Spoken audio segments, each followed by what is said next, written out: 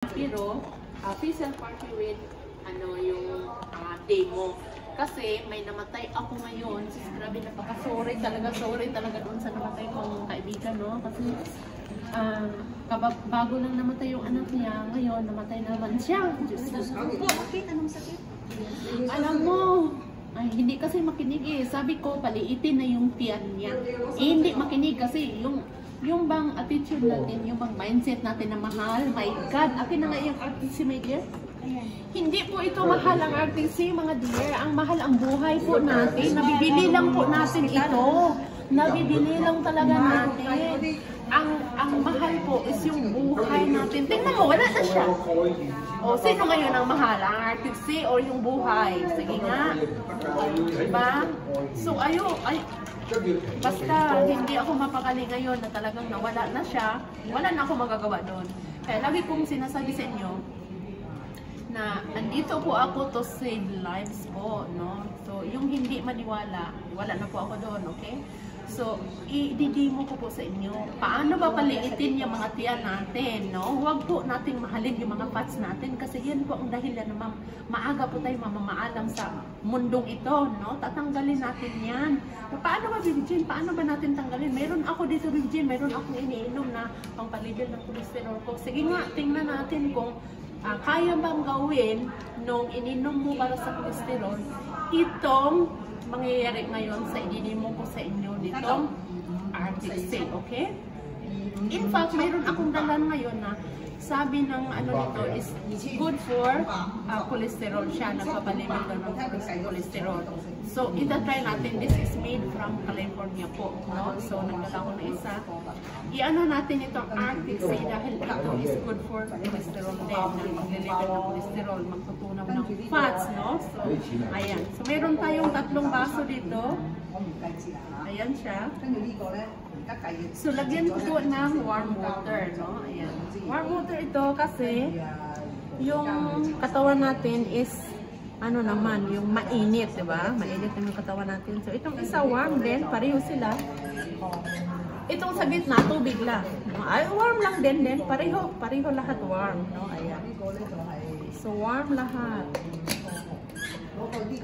So, araw-araw tayong kumakain, diba? So, hindi pwedeng hindi tayo kakain. At saka, hindi pwedeng hindi masarap. So, talagang masasarap yung kakainin natin. And of course, hindi mawala dyan ang mga fats, no? Andyan talaga yung fats, lalo na pag mahilig tayo magprito, no? So, may mga fats talaga niyan, no? Ayan.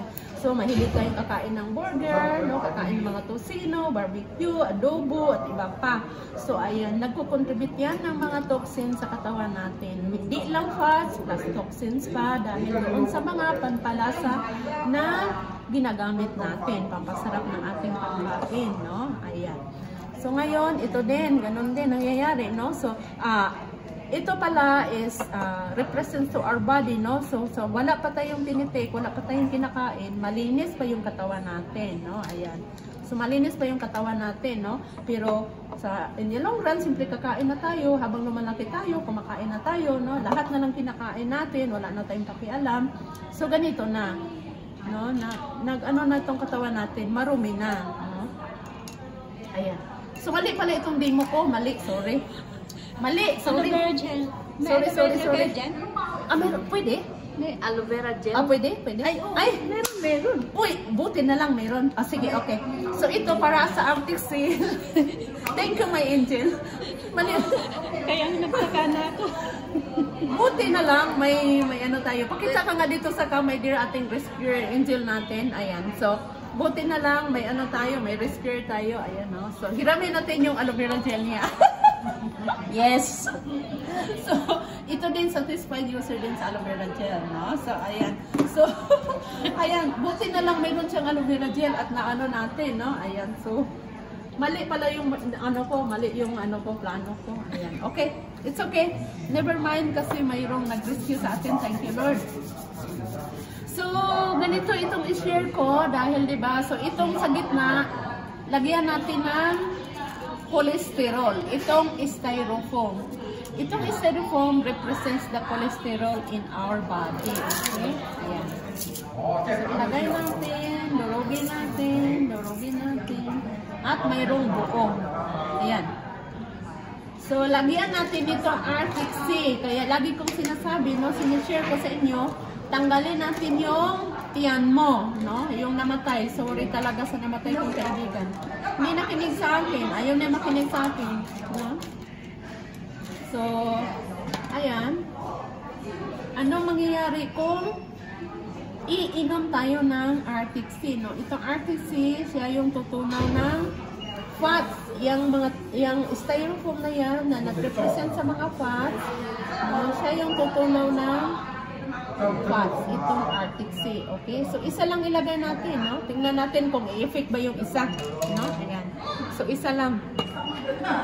So, ito namang ito, no? Itong nalagyan ko na hindi kasama sa plano, no? Ano yung nailagay mo dyan? So, kaya, lagyan natin ito. Ano yung nailagay mo dito? Betadine din. Betadine. Ito yun. O, may absorbency ka dyan, wala. Mayroon? Absorbency. Oo. Wala. Wala. Nitromin yung isa. Meron. Hindi Wala, pwede. hindi pwede yan. Okay. So, ito na lang ang i-demo natin, itong aloe vera gel. So, anong mangyayari kung iinom ka nitong aloe vera gel? So, ito pala Arctic Sea, ha? So, ito Arctic Sea. So, wala kaming absorbency. So, anyway, yan lang muna yan. So, ano mangyayari sa katawan natin pag iinom tayo nitong aloe vera gel? Diba lagi kong sinasabi na mag-detox tayo, mag-detox tayo, mag-detox tayo. Dahil andito nga yung isang dinetox ko, yung mega detox. Pakita ka nga dito, my dear. My dear Lorraine, pakita ka nga. Ayan. So, ito yung 3D mega detox natin. Ayan, buhay na buhay. Thank you, Lord. Dahil naniwala sa akin. Ayan, thank you, Lord. Praise the Lord. Ayan siya. Ayan. Ay, ayan, makinis na yung mukha niya. No, dati. Ayan, na lang. Ayan, konti na lang. Ayan. Siya yung mega detox natin na after ng 3 days, 3 days. nawala yung sugat, no? Ayan, tapos after ng 7 days, nawala na yung manas. So 11 days totally yung manas nawala. Sa sa 7 days niya, yung manas niya is sa kamay nawala. Sa 10 days niya talagang totally nawala. Oh. So, kuminis na yung mukha niya after 3 days sa mega detox niya. So, talagang thankful talaga siya kasi super effective yung mega detox. Di ba, my dear? No? So, yung sugat sa 3 days yung mega detox, so nawala na yon. No? So, ngayon, sa 2 weeks niya, wala na yung manas, wala na yung mga sugat. So, ang na lang niya is yung kiklat. Kati pa Oh, yung kati-konti, no? So, niya sa lotion, no? Niya, gagamutin niya sa lotion. So, ito na itong natin. So, ano ang gagawin ni aloe vera gel, no? So, dagdagan natin kasi sa edad ko, ako lang, no? Ilan na bang taon ako? Nakalimutan ko na. So, marumi na ang katawan, no? Dagdagan natin, no? So, marumi na ang katawan. Pag iinom ka nitong aloe vera gel, ganito po yung gagawin ni aloe vera gel, no? So, kailangan natin ito sa panahon ngayon kasi lagi tayong kumakain ng ice cream, ng cake, ng mga lechon, no? So, kailangan natin mag-detox. So, ito po yung detox natin. Ito yung maglilinis sa katawan natin. Ayan. Talagang kakabili pa to, ang hirap tanggalin, ang hirap i-open, no? Ayan siya. Open sesame. Kinakagat ko yan pag Grabe talaga si Forever, no? sikit kasi. Inaano talaga nila yung sealed talaga yung product, no? Ayan. So, ito yung mangyayari pag iinom ka ng aloe vera gel. Ayan. Patatakan natin ng konti lang. Tadang! Konti lang. Ayan. Konti lang ha, kunting tatak lang yun. Tingnan natin kung may mangyayari ba sa kunting tatak.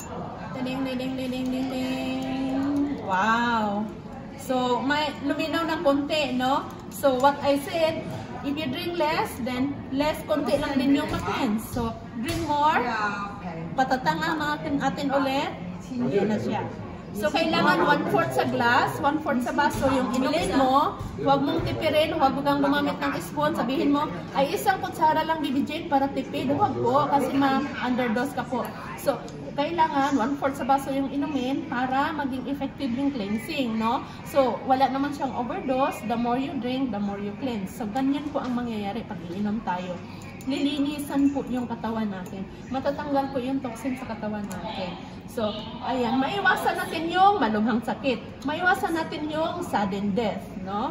Ayan. So, para sa gustong mahaba pa ang buhay dyan, mag-detox na po tayo. Inom na po tayo nitong aloe vera gel. So, ganyan po kaganda itong produkto nito, no? Hindi ito pang negosyo-negosyo, pang pahaba ito ng buhay. Nako, no? Ayan. Ayan, so, dito tayo sa Arctic Sea. Tingnan mo, ano nangyari? Itong Arctic Sea, no? Itong Arctic Sea, tinutunaw niya yung fats. Tingnan mo. Ayan, di ba? Wala nang cholesterol, wala na yung mga styrofoam which represents the fat sa ating katawan. Mga dear, pag ang styro ilalagay ninyo sa ilalim ng lupa, no? Ibabaon niyo sa lupa. Ilang years na hukayin ninyo, styro pa rin yun. Pero sa Arctic Sea natunaw siya. So, grabe ka-powerful, super effective na magtunaw ng kolesterol, ng mga fat sa katawan natin. Itong Arctic Sea po, no? Ito talaga napaka-effective po. Kasi, i-ano natin ha? I-ano natin itong isa, no? Ayan. Itong isa, wag, ito na lang. Itong isa na good for cholesterol din, ilagay natin, no? Ilagay natin hot water din. Then, maglagay din tayo ng styro. Ito is made from California, ha? So, pag sinabi mong BBG, mayroon na ako dito iniinom na pang cholesterol din. Okay na to, hindi na ako dyan sa Arctic Sea mo. O sige, i-demo mo din itong styro. Tapos sa warm water, ganito din, durug-durugin mo yung iba. Tapos yung iba, malaki. Tapos ilagay mo yung iniinom mo na para cholesterol, okay? Ayan, ito siya from California. Kung, lagay natin. Ayan. So, tingnan natin kung ang effect niya is kasing ganda din ba nitong Arctic Sea. Okay? Ayan, ito. O, diba? Nalinaw din niya kasi kahit na nilagay ko lang ito. So, ayan, grabe, super effective talaga pag inom ka na Arctic Sea. So, you can see, no ba dyan, yung mga malalaking tiyan dyan, huwag niyo mahalin yung taba po. Ang mahalin po natin yung buhay po, no? Okay? Kasi itong Arctic Sea po, mabibili lang po ito. Pag mahaba pa yung buhay natin, pag malakas yung katawan natin, kikitain pa yung pera natin, diba? Ayan. So, tingnan nyo ito, kung natunaw ba yung styro. Kasi ako nag-demo na nito, in-overnight ko pa yung pag-demo ko nito. Kahit overnight siya nakababad sa tubig at saka itong styro at saka yung tableta na yon, hindi talaga siya natunaw. Kaya kahit maghapon tayong hihintay nito na matunaw, hindi talaga.